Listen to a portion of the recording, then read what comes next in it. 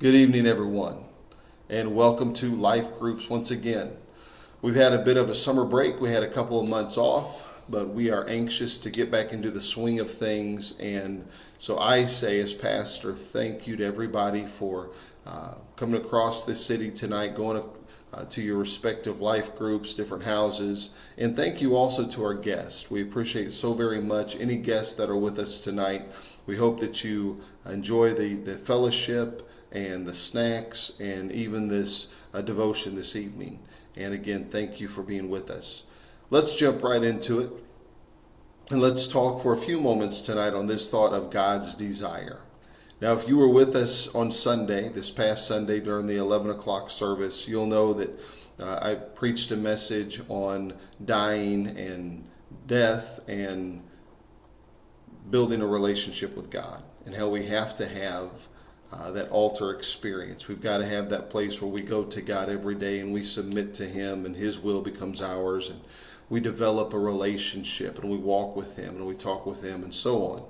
And so this thought this evening is going to go kind of hand in hand with that message from Sunday. But I believe that God's greatest desire for every one of us, every person living on this earth today, God's greatest desire is for us to have a relationship with Him. Now, God wants to bless us with a lot of good stuff. God wants to do a lot of great things in our life, but ultimately, I believe He wants a relationship with you and I. I mean, after all, have you ever thought, ask yourself the question, why did God go through the work of designing this universe the way He did? Why did He put creation together as we know? Why did He create man and woman and so on? I believe because it comes down to this very simple answer. He wanted a creation like no other that totally, completely out of their own free will would choose to serve Him, love Him, and have a relationship with Him. Again, not because they were forced to, but because out of their heart's desire, based upon how good He was to them, that they, again, would just want to do that because they loved Him. It was something that nobody was going to make them do, but it was something of their own free will. You see, when we think about God's will for our life, sometimes we think, oh man, when we're young, what career path does God want me to go down? Who do I marry? I need God's direction in this. And He wants to help us in all of these things, career and family and so on. But again, while He'll give us direction in those areas of life, His greatest desire and His biggest concern for us is not necessarily about what career path that we choose or who do we marry, although that's important. Again, it goes back to relationship. He wants us to have a relationship with Him because hopefully we'll develop a relationship with Him down here that will lead us into an eternity with Him. Forever and ever, we'll get to spend eternity with Jesus Christ. But again, it starts down here with our relationship with Jesus.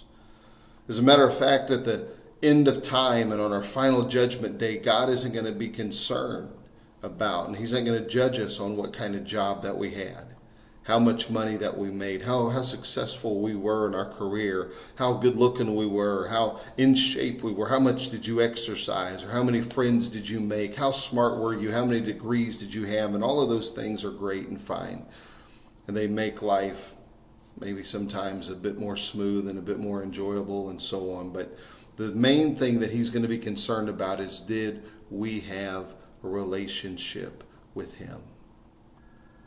We must never forget that we were created ultimately, number one, for intimacy with God. And greater than any other responsibility in life is our responsibility to God and our relationship with God. It's a very simple thought tonight, I realize that. And it's one of the most basic thoughts when it comes to Christianity. It's relationship with Jesus Christ. But it's something we've got to think about every day It's something we've got to consider from the moment we get up. We've got to put effort into it. And so I only have one question tonight for discussion, and I guess it's a two-part question. Number one is, or the first part is, how are you doing with your relationship with Jesus Christ? Now, it doesn't mean you have to turn to your neighbor tonight and start confessing all of your dark deeds and horrible sins, nothing like that. But contemplate, look internally and say, man, how am I doing with Jesus Christ and our relationship together? And if you need to improve on that relationship, what do you need to do? How can you improve on that? So talk about those two things. And we will see everybody on Sunday. Hope that you have a great time tonight. God bless.